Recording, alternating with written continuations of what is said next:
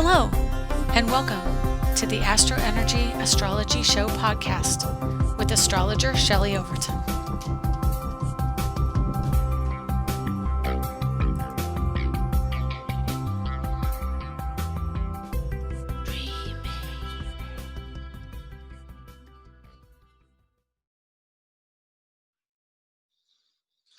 Hey everyone, it's Shelley Overton, and I'm an astrologer in Orlando, Florida, and I'm here to welcome you to the AstroEnergy Astrology Show podcast. So I am here every week, and I'm here this week to talk to you about what's going on with the Neptune energy, which we discussed a bit last week, and also what's going on with the moon and how the two are interacting. So that's moon and Neptune. Hope you had a good Thanksgiving. I am a little sad. My son wasn't able to come up here to Orlando because he wasn't feeling good at the beginning of last week. And so we changed plans, and he stayed where he was at in South Florida. And my daughter went a day early down to her dad's right after we had an early Thanksgiving meal on Wednesday. So Thursday was basically, leftovers. But today's Friday, November 27th, and we are going to go over what's going on in the sky. We have a new moon coming up, well, not new moon, excuse me, a full moon. This is actually like the third time I've recorded this. I recorded it live outside in the beautiful day, and that I wasn't sure completely recorded. So I may intersperse some of that with this video. We'll see how it goes. I have a little bit of a headache, so I'm kind of more mellow today. But anyway, we've got the moon at 8 degrees of Taurus, and the moon is just past Uranus, which is at 7 degrees of Taurus. And that kind of highlights the stock market. I'm actually going to see if I can pull up any information on the stocks, see what's going on with stocks right now while we're doing this, and see what kind of energy it's giving that. So it is an erratic energy by nature, Uranus, and come on, let's see. We'll try that one. This is just the first one on the page. I've got you pretty high up today, so I can't really see as well behind. And see, stocks are trading. Looks like everything's kind of up.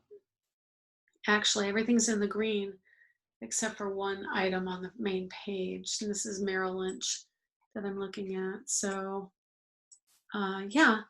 Anyway, we've got all this Taurus energy, which tends to make people more aware of money, more interested in finance. And it also rules, because Venus rules the sign of Taurus. It rules love and aesthetics, beauty, feminine energy. It is Venus ruled, so goddess of love and beauty, and it's about value.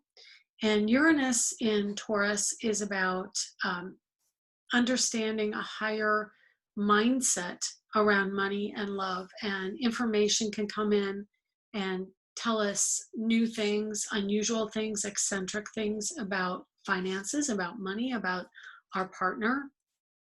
We have new and unusual ideas associated with that. And Uranus is the ruler of things that come from our career. And it's also associated, and let me clarify that. Usually I look to Uranian energy as money from career. It is the 11th house ruler. So the 11th house is the second house from our career, which means the money, where we find money from career. It's also the house of networking and people that we meet from our career, people who can help us with our career. And so having Uranus in Taurus, it is about connecting on a social level, and that is going to be the case for the duration. Venus is desire. Venus is beauty and aesthetics, and bringing that energy, that material world energy, into a Uranian storyline, and vice versa. So we have Uranus, meaning seeing things in a new way, understanding information that comes down, channeled information and clarity, getting rid of things that are not really needed anymore. And then we have Taurus, which is the materiality of things. And so it is a time, probably for the next 8 to 10 years, of really clearing clutter from our lives in a material sense. What isn't valued anymore gets thrown away. It is the ruler sign of the body. The second house, Taurus rules the second house of the zodiac, and that is the physicality of our world. And Uranus means now we have to think about what chemicals may be going into our body. I'm having a headache today, like I said, and I think that is partly because I haven't had caffeine today, and I've really been kind of using caffeine as a chemical coping mechanism for some of the stresses in my life. And not having it today, definitely feeling it in my body. So we've also got the moon right next to Uranus, and that means that the moon energy will somewhat detach from the natural nurturing that we have. I know that's ironic, nurture versus nature, but the way the moon works is through nurturing, through understanding and emotional support. And being next to Uranus, which is very similar if you have moon in Aquarius, the sign of Uranus, you're going to feel more detached from mother energy, and the traditional nurturing you would get from a mother might seem a little bit stilted or missing. And we might not feel as connected to children or the mothering energy when moon is in Aquarius. Well, moon next to Uranus is the same kind of energy, but the expression is the value. And value, traditionally with Taurus, it is money, but it is also goods and material goods. So it's kind of a companion sign to the status buying of Leo. Definitely, if we see Venus in Leo, there may be more of a desire to be showy and show off what we have, be more in the status and image energy of Venus. But Uranus in Taurus means there's more of a clamping down and a withdrawing of that kind of constant need to buy. Today, Venus is at 7 degrees of Scorpio, which is exactly opposite Uranus. And the energy of Scorpio is about value of self to others. So Taurus is about my worth, my value, and how I see it. The energy of Scorpio is more the energy of how others see me, how the value comes from others. And so it's more of a joint finances in the zodiac. It's the ruler of the 8th house, Scorpio. And then Venus, again, ruler of Taurus, opposite itself, opposite of the moon in Taurus, opposite of Uranus in Taurus. So there is a disconnect of women to mothers, mothers to daughters, excuse me.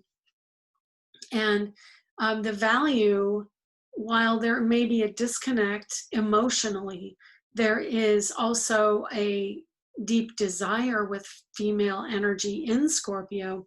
I've talked recently about Mercury in Scorpio being very mental, like understanding death and wanting to process information around mysteries, around, the mystery of life or life and death. And it's mental, it's analytical. Venus is very much the desire and how we look at our desires, and they're very, very deep. They run to the nonverbal and to the visceral, the energy body, and the physical. Like we may have deep physical feelings, or even, this part of the sky, Scorpio, rules the reproductive organs. So, it may mean that we're having issues around sex or the idea of culminating a relationship. What do we feel valued enough to give ourselves over on a very deep personal level to someone in a sexual way?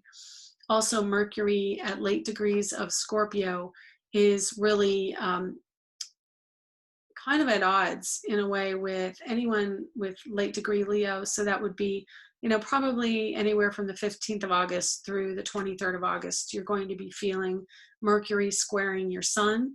So that may mean that there isn't a communications energy that's positive. I think my parents have, I know at least one of my parents has Pluto late degrees Leo.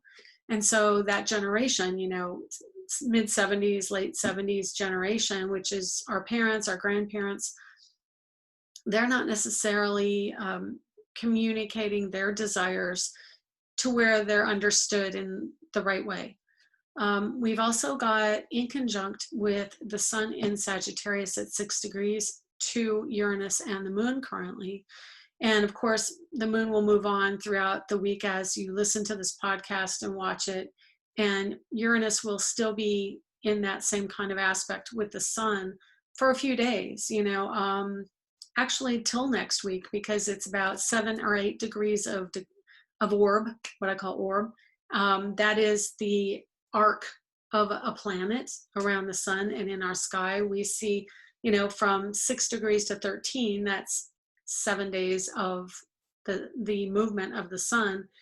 So that will be about 7 degrees away from an exact, and that's pretty close to the end of the inconjunct. So this sun inconjunct Uranus is going to go on for about a week.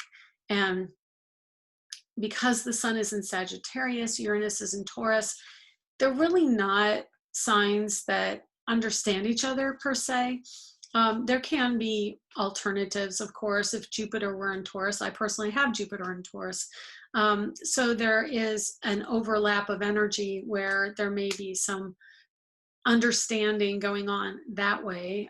Venus in Sagittarius would also be another example where, normally you don't understand each other, but at that point you do. But in this case, sun is in Sagittarius, meaning I want freedom now. I don't want to be restricted. I want to express myself through physical action. Interestingly, I know somebody who has Saturn in early degrees of Sagittarius, and we have Mercury in Scorpio, and I know that's in the house of material goods for this person, and he was in an accident earlier today, unfortunately. And so there was damage to a vehicle. There was transportation involved, which is Sagittarius, and his sun sign is a Virgo, which squares Sagittarius. So there is a clash of energy going on with that. I'm not saying everybody who has those aspects is going to suffer from that particular event, but Sagittarius wants us to take physical action forward. It wants us to move. We're not as aware or conscious of the energies. And that kind of brings me around to the notion that Mercury, which is a Virgo ruling planet, it's also the ruling planet of Gemini, they square each other. And what they do is they also square Sagittarius and Gemini. And so, let me see, Gemini's opposite Sagittarius, it squares Virgo. The Neptune movement direct is in Pisces, which squares Sagittarius and opposes Virgo. And so there's a lot of stress aspects going on in those 4 signs. So Virgo, Pisces, Gemini, and Sagittarius. And I would say be extra cautious on the road. I know, this person who had the accident, and also another family member was traveling, and, it's a time where we're distracted. And that's part of the reason the accident happened, was through distraction. And so know that Neptune, when it moves direct to forward, or retrograde to direct to retrograde, you're going to be a little bit out of it. It is the ethereal realm. It is the psychic realm, water energy, dreamy, daydreamy. So it can be a problem. It can be an issue. And it also will affect weather. Actually, today we're having a really beautiful day here in Orlando, and it's around 80, 82 degrees, somewhere in there. And the sun is shining, it's blue sky. And so we do have a certain amount of that clarity. And I'm assuming that probably the moon in Taurus conjunct Uranus is contributing to the clarity, because you can look at weather in astrology and say, oh, it's more inclined. And I did last week, I believe I said Neptune goes direct, so we're going to probably have some type of weather event. I didn't realize that the day it goes direct, the moon was conjunct Uranus, which is clear sky, but and clear earth energy as opposed to wind, air, and water. So when the moon moves out and goes into Gemini, we'll also have some air energy. So we may not really have those inclement weather patterns until moon goes into Cancer. And then, of course, Neptune is direct, creating more of a water energy. And then, of course, Mercury is in Scorpio, also water. Also, so that would be a trine. Scorpio, Pisces, and Cancer all connecting to each other. So let's just see if we can figure out when that is. So we're going to have moon in Cancer on Tuesday the 1st at 10:33 p.m. And then we're going to have Venus in Scorpio. So there will be a trine on Wednesday night and into Thursday morning. So we'll have Venus in water, moon in water, Neptune in water. So Thursday of next week is probably the 3rd. Is probably going to be when we're going to see more of this stronger water, rain, snow, blizzard kind of energy coming in, astrologically anyway. When we have that trine, and a trine is 120 degrees apart from each other. So I'm trying to take this very methodically. Like I said, I'm a little bit foggy myself because of this Neptune transition. And I'm also, like I said, I have a headache. So I'm feeling really kind of heavy. And I think that that also is part of Neptune. There's this energy of Neptune where you can feel like you're under the ocean and all that water's on top of you and your mind is just kind of in this fog. And that's also part of the daydreamy quality, the dreamy quality, because remember, Neptune brings us its information through dreams. That's when our mind is the least resistant to what has to come through. Pisces is the ruler of vintage. It's the ruler of the past and the story of the past. So this week, my sister has been talking a lot, and actually a lot lately, because this is her new passion in retirement, is genealogy. And she's been going over all the mysteries she's uncovering, which is really amazing. She has Neptune in Scorpio like I do, because she's only about 15 months older than I am. And so she's got this passion for genealogy, which I also have. I had it way back in my 30s and thought, okay, someday I'll go over it like when I'm retired. And she got there first, and there's really no point in the redundancy of me doing it along with her. So she's really doing a great job at it. She's traced our roots back to, and multiple threads back to England on my mom's side. On my dad's side, she's got us in Ireland, Madeira, Spain, or no, Madeira. Yeah, I think it's Madeira, Spain, but I know it's Portugal. It must be Portugal. I don't know. Anyway, we've got roots all over Europe, and it's amazing to me just how much English and Irish, Scottish blood, and from that whole area. But anyway, I digress. So Neptune rules genealogy, and it rules poetry. Interestingly enough, I have a book right over here behind me my dad gave me on poetry. Actually, he gave it to my daughter, and he said I should read it too, and then she wasn't interested, so I took it. Anyway, so poetry and genealogy. We've got the energy of Mercury in Scorpio trining Neptune. And so there is that visceral understanding of things.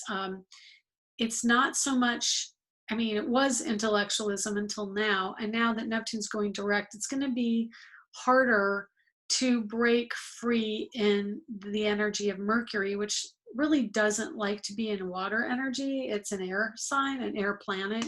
So air and earth because of the Virgo connection. So having a trine to Neptune, while is good, I mean, I definitely think that there have been more events that happen under trines that we don't particularly want in our lives than there are direct squares or even oppositions. So having Mercury in Scorpio, understanding the process of death and dying, interest in deeper issues, not chit chat, but really getting to the heart of what makes life happen and what is life, what is death. Those issues are coming up right now. And as this energy, I mean, I have to say, you know, Mercury trining Neptune, Mercury in Pisces at the beginning of the year, all of the water signs when Mercury retrograded, Mercury is now out of shadow, but yet still in that Scorpio energy and still at the final degrees of being in a water energy for the year where COVID was a big thing. Neptune is the ruling planet of Pisces, and Pisces is where this Mercury started in January in retrograde. Or I think it was January, end of January, I'm pretty sure. So I always associate the Neptune energy, the Pisces energy, and Mercury with this pandemic. So right now we're seeing a spike in it, and you know, Neptune's going direct right after Thanksgiving. It's probably going to get worse, and as we build up to the Jupiter Saturn conjunction in Aquarius, there will be a saying goodbye to people in our world. And you know, Aquarius is the masses, so it's not surprising. And I know a couple astrologers mentioned the connection to Jupiter spiking with Jupiter aspects to when the peaks were with COVID, and that's coming up in 2 weeks. So just over 2 weeks. So it's probably going to hit its peak mid-December when Saturn and Jupiter go into Aquarius and then join up right away within a few days after going in. So just be prepared for that. And I guess that means toilet paper and paper towels. I don't know. I don't know if you can get them. I can't get them. They're completely wiped out at Target where I'm at. And then Mercury is in sextile to Pluto, Jupiter, and Saturn in Capricorn. And because now Mercury is in the end degrees, he's not retrograde anymore, he's going forward. It is about a transformation. It's about understanding a deeper meaning to things and connecting to joint finances, believe it or not. So this is like, and it is politics, it is law and joint finances. Mercury is thinking about those things. I was just reading an article about how all of the government money that we got for the check earlier in the year, I think it was right around April 15th, maybe, that is now basically leaving our economic system and that we have no backup. I was looking at the news also this morning before I came on, and they were showing lots and lots of cars waiting to get food in, I think it was Houston. So, you know, we are seeing these planets that are truly once in a lifetime event planets. So stellium, Pluto, Jupiter, Saturn in sextile to Pluto's sign Mercury. Pluto rules Scorpio. It's sextiling Mercury. So there's a communication, they're the exact degree, 23 degrees. So if you've listened throughout the year, you know 22 is the degree that we had the stellium of Mercury, Pluto, Saturn, and the Sun in January 12th and 13th. So now Mercury has come around and is talking again to Pluto, and it's a sextile. So it means that there's something deep that is manifesting, and it means that we are in a transformative energy. Pluto is nothing if not transformative. It's Plutonian, which means, you know, like if you think about plutonium, the atom bomb, and you know, explosive. It is argumentative. It is righteous.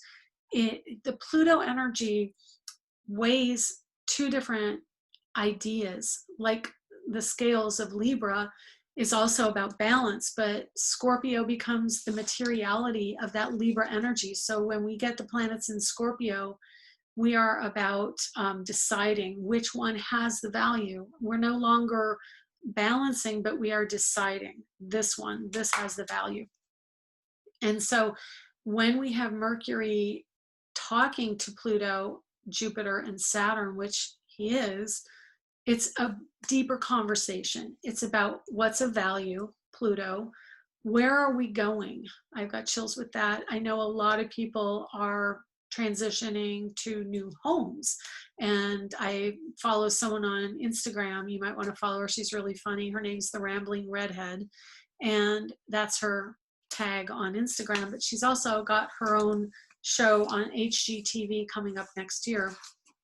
And she just finished wrapping for the whole season to get all the shows recorded. But, you know, that energy it's about moving forward. And she just moved houses. That's why I brought her up.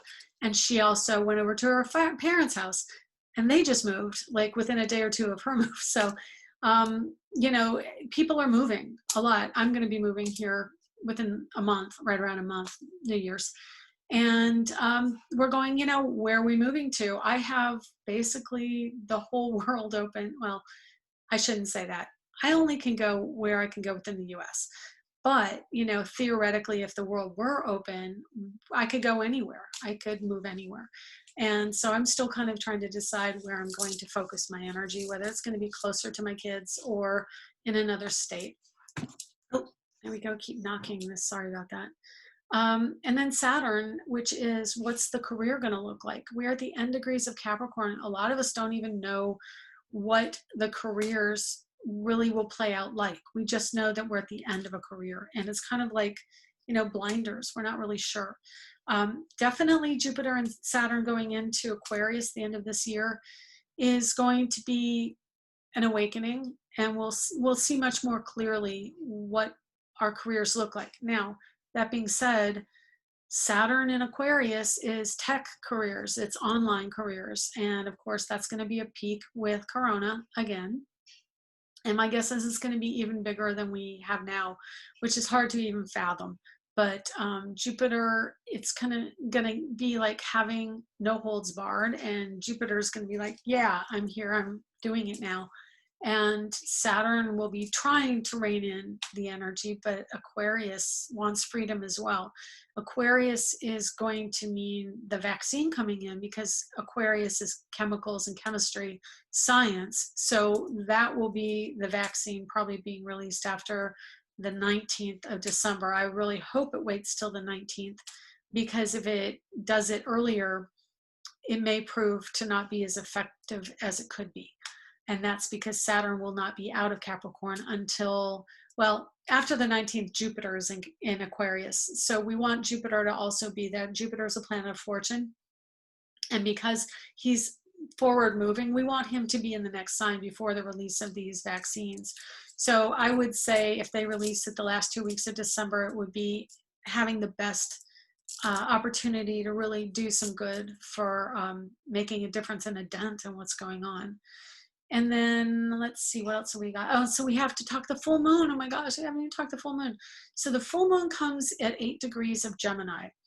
And that, of course, is going to be in conjunct, 30 degrees away from Uranus. And so there may be some energy infused into that. Of course, Uranus is the last planet that the moon talks to before it has, I mean, as far as like conjunction. And we'll talk to all the other planets as it goes through Taurus, but it conjuncts Uranus before it gets to the full status. And so it really is infused with the light of Uranus and Taurus. So there will be some energy around relationships, around beginnings and endings. I know my son is just starting a relationship, and someone else I know may be ending a relationship. There may be a lot of people ending relationships or starting them. It is endings and beginnings when we have the Saturn, Jupiter planets moving on to a new sign as well. And of course, because once they go in Aquarius, they answer to Uranus in Taurus. But the moon taking that energy, going into Gemini, and Gemini, it's like, this is what I know, this is what I understand. So the moon is going from understanding and being immersed in the Taurian energy, the money, the love, the growth, the agriculture energy of the zodiac, into teachers, into broadcasters, journalists, writers, and people who write lyrics for music. Taurus is also potentially the lyricists, and Libra and Taurus are the two signs that really bring out the beauty of something. And probably Libra may be more lyrical, but definitely Taurus understands music and appreciates music, probably more classical music with a Taurian energy. And then going to Gemini. So Gemini at 8 degrees full, that means that there's also going to be, within 24 hours of the full moon, a direct square to Neptune. And so let's discuss the full moon. The full moon in Gemini is going to bring to fruition a storyline, a news storyline, a storyline within our own world. We've got Gemini answers to Mercury in Scorpio. That is the death of something, the rebirth of something. It is the phoenix of the zodiac, the scorpionic energy, but also phoenix is a symbol of Scorpio. And so the full moon in Gemini, it can also be duality, having two different options, having two different situations that now we have to decide. Definitely Mercury in Scorpio is forcing us to decide what we're doing about the dual nature of the situation we're in. That probably will relate to a love situation, but there will be some money and financial situations, so that could also play out in our financial lives, personally and globally. Let's see what else. So yeah, it's mostly about understanding and information coming out. So Gemini is a sign that needs to talk and communicate, but also wants to teach. And so when we have a full moon in that sign, we are feeling that we want to get it out. We want the information to be pushed out into the collective. So we are going to see that. It's going to be kind of aha moments coming. What did I say? Today's Friday, and the full moon lunar eclipse is Monday.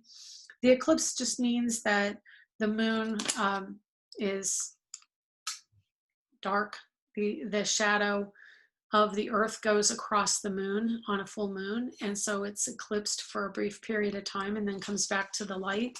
And so that means that it will be shut down, and then when it comes back to the light, especially with Mercury, the ruling planet of Gemini, in Scorpio, it's going to be an awakening time, but it's also going to be a transitional time mentally and emotionally, viscerally. So it can be in the body.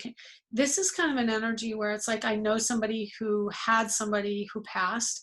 It isn't necessarily like, the energy that, I'm going to, but like, I know somebody who knows somebody. So I know it's rather depressing. The show is a bit depressing this week. I'm sorry about that.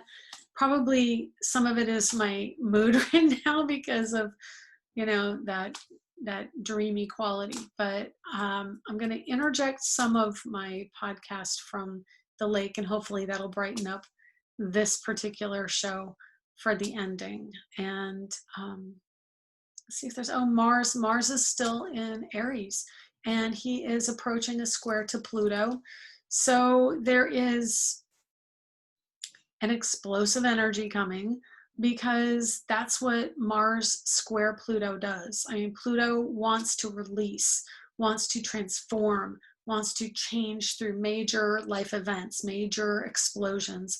And Mars wants to release anger and sexual energy. So if we have been feeling, repressed in that realm, again, there it is, Venus in Scorpio, Mercury in Scorpio, Mars in Aries, Pluto in Capricorn, having the restriction. We're getting to a point of explosion, of like a geyser would be a really good imagery of that. Volcanoes also would not surprise me if a volcano exploded. Mars in Aries is fire, and Pluto in Earth Capricorn is, the Earth shift and change, explosive shift and change of Earth. So that is, Mars is at 16 right now. Let's just see how long before Mars gets to 23 degrees. And thank you for being patient with me and joining me every week. I do appreciate you stopping by. It's so funny, when you're self-aware, like a Virgo is, you see how you come across. It's like I have the ability to see myself in the third person and step outside of myself. And like this, for those of you who are new, this is all my artwork. I am spending time at my parents' house right now because of circumstances in my life. And, where I was planning on moving didn't end up happening or being in alignment. And then the pandemic hit. So I will be moving soon. And this is all my artwork that I will be putting up on the web. I've mentioned that, I know I've said it, but technology over the summer has been difficult and I did not get it up. And now, that's another thing. My internet got cut on Tuesday. And so they weren't able to repair it until literally an hour ago. And so I have had no internet for the week other than my phone. So no uploading anything, no website redesigns, no readings on my podcast or on my site. So thankfully it is up now and we are good to go. But let's see. So we're looking for Mars to get around 23, which is the 22nd, 23rd of December. So after Saturn enters Aquarius, we will have Mars directly squaring Pluto. So yes, December is a very intense month again, and it's going to be probably from December 7th all the way. I mean, of course, we're getting Neptune now direct, so there's going to be a certain amount of getting up to speed with Neptune. But then we have, Saturn and then Jupiter going into a new sign mid-month, and directly after that, we have Mars squaring Pluto. It will be a really raucous December. But the good news is we're almost at the end of the year and it's almost over for this year. I'm so happy. Yeah, and I'm really look forward to planets being in Aquarius because the Aquarian energy really is an optimist and really likes to brighten and lighten. And, not long after the beginning of the year, we have Uranus go direct. I think it's the 7th of January. I have this new ephemeris, yay. And again, I'll mention my daily planetary guide. You can get this, there's a link on my website, angeliczodiac.com. It's off to the right side. Just click it, it takes you to Amazon. I double checked it and it works fabulous. So, okay, Uranus goes in direct motion on the 13th of January. So he's got a couple weeks, and then Jupiter and Uranus are both at 6 degrees and 44 minutes squaring each other on the 18th of January. So I will be writing my horoscopes coming up in December, doing the best I can to get that out before I have to focus on getting all of this stuff packed up and gone. Anyway, that's pretty much it for this week. Hopefully I can get all of this loaded up as soon as I can here today. I've got to run an errand at 6 o'clock, and then later when I come back, I'll work on getting it up and you'll get it immediately tonight. So cross fingers. Anyway, that's all. Like and subscribe down below if you're watching this on YouTube.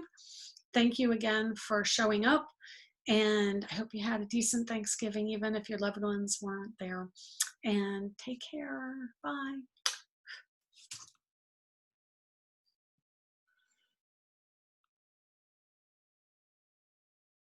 You have been listening to the AstroEnergy Astrology Show. If you would like to get a private reading with Shelley, please contact her through angeliczodiac.com or at so@angeliczodiac.com. You can arrange a reading through the Angelic Zodiac page at facebook.com as well. Check out Angelic Zodiac on Instagram for up-to-date information on events, discounts, blogs and planetary transits at Angelic Zodiac 1 on Instagram. If you would like to see Shelley's art, shelleyoverton.com, or for astrology art, go to astroart.net. Music provided by Kevin MacLeod at incompetech.com. Other music will be credited within the show. Advice given in the program is intended for entertainment purposes only. Join us here next week for more of the AstroEnergy Astrology Show podcast. You can find us on iTunes and Google Play, and where podcasts are accessed.